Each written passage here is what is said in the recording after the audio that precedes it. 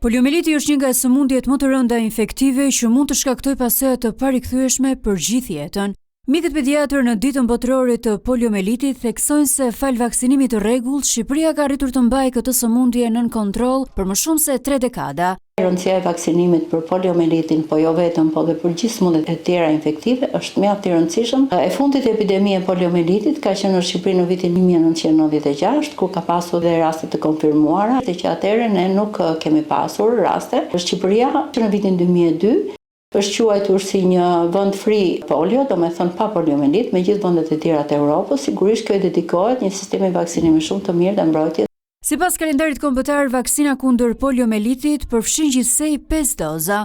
Mbulimi vaksinor në vend është ndër më të lartët në rajon, me rreth 98% të fëmijëve të vaksinuar gjatë vitit të parë të jetës. Ky nivel mbrojtjeje ka ndihmuar gjithashtu në zhdukjen e sëmundjeve të tjera si fruthi, rubeola dhe shytat.